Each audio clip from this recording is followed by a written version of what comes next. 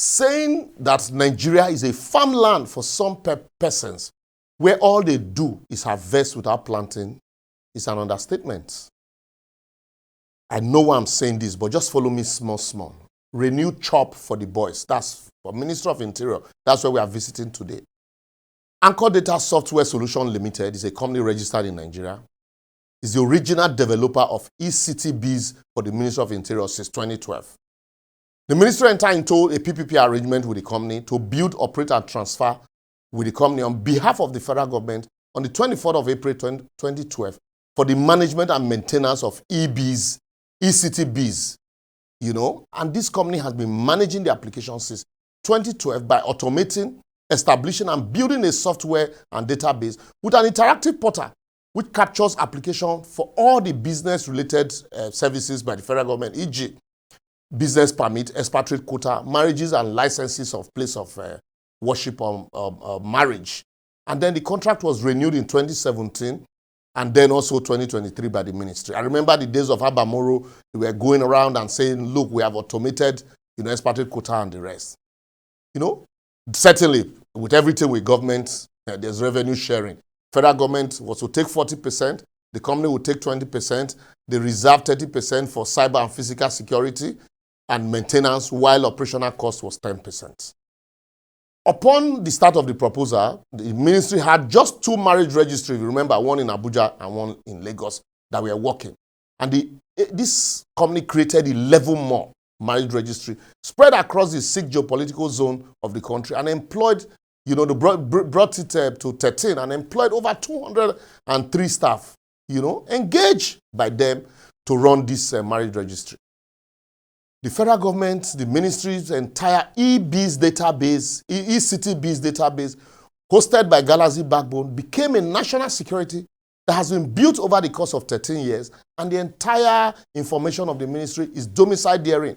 As the ministry was also able to absorb most of all its automation need from processing application, end-to-end interfacing with users, and a payment portal linked through a remitter, which also enabled government to make billions annually through the ministry. With a click of the button from their headquarters in Abuja, as applications were all processed here seamlessly.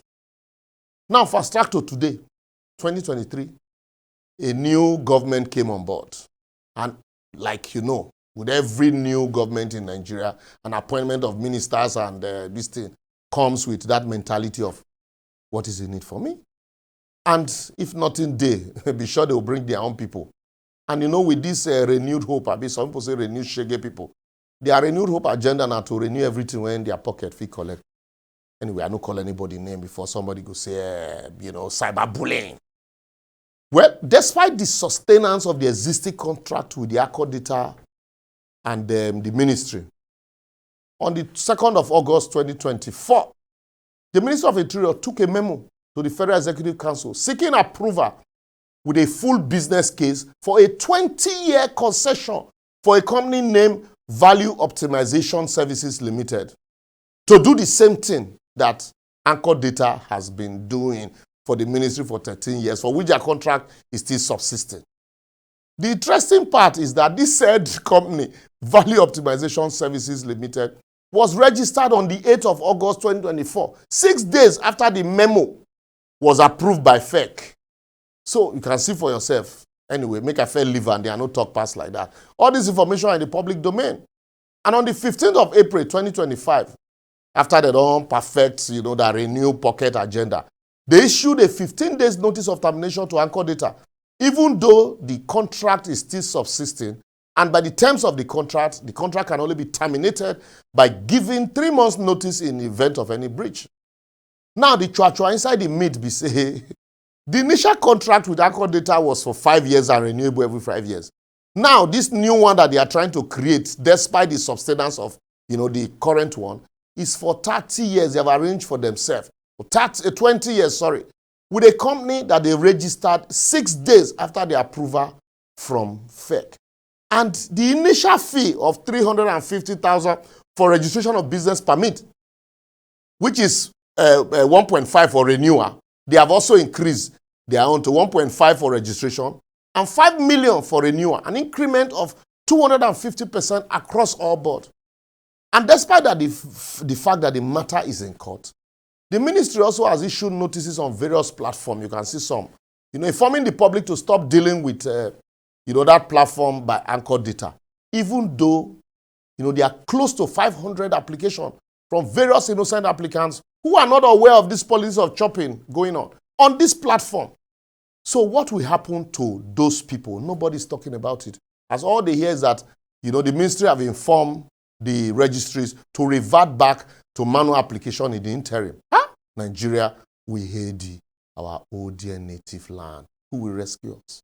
So I will therefore advocate, while we mount the drive for investors and public-private partnership arrangement, who will want to go into an agreement or an arrangement with a government, knowing fully well that such an agreement can be violated at the highest level, Federal Executive Council, without recourse by successive government, without recourse to the previous one? Well, I will advise the Federal Executive Council to save their face and to save the innocent applicants who, for no fault of theirs, are trapped in this mess. They should rescind their decision issued on the 2nd of August 2024 and, allow the current agreement to run its course until its termination date of 2028.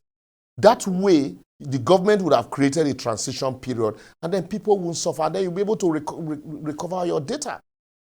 Well, if things remain this way, apart from the attendant consequences on the end user, what is even the guarantee that these 20 years that these people are chopped, that these people are trying to create for themselves, that they will not be thrown out tomorrow when another government comes on board? Anyway, these are questions begging for answer. But make I pause here, before I begin the verse over the matter. But you can join your voices with us by sharing and also adding your comment on all our various media platforms showing on your screen. Because a bad precedent we set and condone today as a people will always find a way to hurt us. I don't talk my own. You can also talk your own. See you next week.